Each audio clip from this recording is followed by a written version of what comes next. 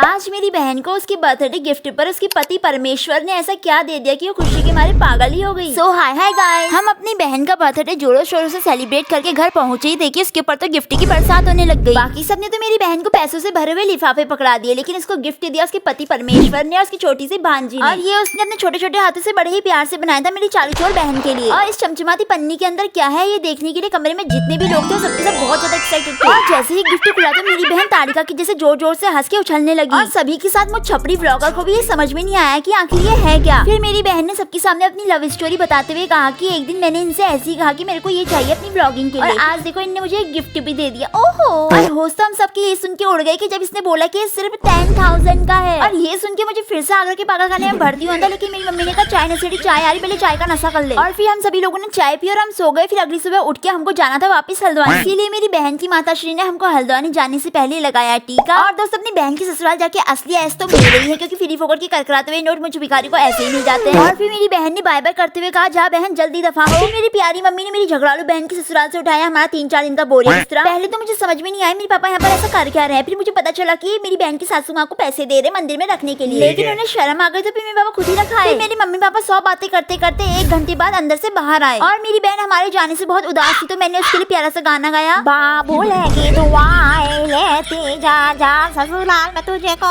मुझे सा कोई ना मिले। तभी मेरी बहन ने पीछे से आवाज देकर बोला डंगरी तेजी से यहाँ कोई लड़ाकू है भी नहीं। और कुकरम वाणी से पूरे मोहल्ले के सामने मेरी गोड़ बेइज्जती कर दी। अब हमारे प्यारे दामाद जी मुझे और मेरी मम्मी को छोड़ने जा रहे हैं टेम्पो स्टेशन पे। हमें छोड़ने के बाद लेने जाएंगे मेरे पापा को। फिर मम्मी और मैं टेम्पो स्टेशन पे वेट करने लगी और तभी मैंने सोचा कि मेरे 500 का नोट आखिर गया कहाँ। फिर जैसे ही मैंने हाथ हिलाया तो मेरी मम्मी ने कहा नशेड़ी आंखें खोल के देख तेरे हाथ में ही है। हमारे प्यारे दामाद जी मेरे पापा को भी लेके आ गए थे। और फिर उन्होंने टेम्पो बुक करने के बाद प्रणाम किया मेरे माता पिता के संग मुझ महान आदर्शवादी महिला को। और फिर मेरी मम्मी पापा और मैं एयरपोर्ट स्टेशन से बैठ गई टेम्पो में, क्योंकि हॉनरेबल टेम्पो वाले भैया टेम्पो इतने स्पीड में चला रहे थे कि अच्छी खासी प्लेन को भी क्रैश कर दे। फिर बीच रास्ते में ही लग गया भयंकर जाम, क्योंकि आने वाली थी छुक छुक ट्रेन। और फिर मैंने इतने लोगों को अपनी तरफ आकर्षित करने के लिए बना ली इंस्टाग्राम में एक छपरी रील। और ट्रेन के आने के बाद भी सब लोग ट्रेन को छोड़कर सिर्फ मुझे ही देख रहे थे। और एक भैया ने तो ये तक कह दिया बहन यहाँ नहीं जाओ, ट्रेन की पटरी के आगे नाचो। फिर जाम खुलने के बाद हम टुक टुक से पहुंच गए बस स्टेशन। फिर बस वालों ने हमारी शक्ल देखकर हमें बस में बैठाने से सख्त इनकार कर दिया। और फिर हम गुस्से में जाके बैठ गए हाथी से दिखने वाले बड़े वाले टेम्पो में। और ये 2 उंगली दिखाना कोई मेरा पोज नहीं बल्कि मेरा भय है, एक तो उल्टी का ऊपर से सर दर्द का। और ऊपर से टेम्पो वाले भैया इतने महाचालू पैसे कमाने के चक्कर में इतने लोग घुसा दिए कि एक पैर रखने की भी जगह नहीं थी। और ऑक्सीजन लेने के लिए भी मुझे गनेल की तरह अपनी नाक आगे निकालनी पड़ी थी कि आजा सांस आजा। और घर आकर मैं थक गई थी तो मैंने पानी पिया और पानी पीते मैं बेहोश हो गई, क्योंकि उसमें किसी ने राक्षस मारने वाली दवा मिला दी थी।